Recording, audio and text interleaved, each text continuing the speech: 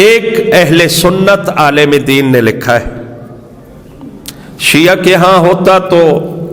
انکار کر دیتے یہ لوگ، ہم جب اہل سنت یا دوسرے کی کتاب سے یا دوسرے کی بات کو نقل کرتے ہیں تو یہ نہیں ہے کہ کوئی علی کی امامت و ولایت پہ وہ دلیل ہوتی ہے،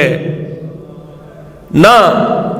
دشمن کو بتانے کے لیے کہ صرف ہم نہیں کہتے بلکہ تمہاری کتابوں میں موجود ہے، وَإِلَّا کسی کی دلیل کا علی محتاج نہیں ہے اور نہ ہی علی کو ضرورت ہے کسی کی۔ وہ سنی عالم دین کہتے ہیں الدلیل علی امامت علی ابن ابی طالب، علی کی امامت پہ سب سے بڑی دلیل یہ ہے کہ علی امام ہے، معصوم ہے، دلیل یہ ہے کہ پوری کائنات علی کی محتاج ہوتی ہے، علی کبھی کسی کا محتاج نہیں ہوا ہے، نہ سوال میں نہ رزق میں سوائے خدا کے کبھی نہیں مانگا۔ آپ تھے شاہ صاحبان، حاجی صاحب بھی تھے، میں نے اس دن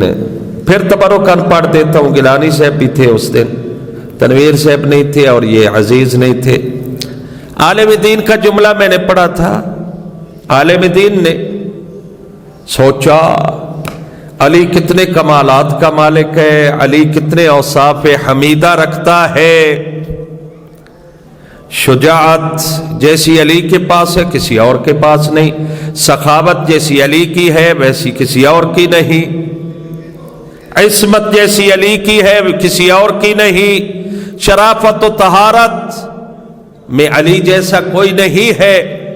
عالم دین کہتے ایک تخیل بیان کرتا ہے، میرے ذہن میں خیال آیا کہ اتنے کمالات کا مالک ہے نا علی، تو میں چلتا ہوں علی کو سجدہ کرتا ہوں۔ توجہ ہے، علی کو سجدہ کروں گا کیونکہ علی اس قابل ہے کہ علی کو سجدہ کیا جائے، بقول ان کے ایک تخیل ہے۔ کہتے چل پڑا، علی کی بارگاہ میں پہنچوں گا، علی صاحب کمال ہے، اس کو سجدہ کروں گا۔ عالم دین کہتے تخیل میں جیسے ہی میں علی کی بارگاہ میں پہنچا کہ علی کو سجدہ کروں، میں نے دیکھا علی کسی اور ذات کو سجدہ کر رہا تھا۔ میں نے کہا یا علی میں تو تجھے سجدہ کرنے آیا تھا، تو کسی اور کو سجدہ کر رہا ہے، اب میں کیا کروں؟ علی نے سجدہ سے سر اٹھایا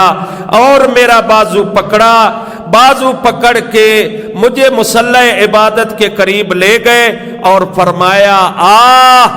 تو بھی اس کو سجدہ کر جس کو علی سجدہ کرتا ہے۔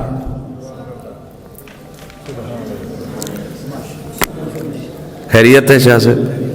اس کو سجدہ کر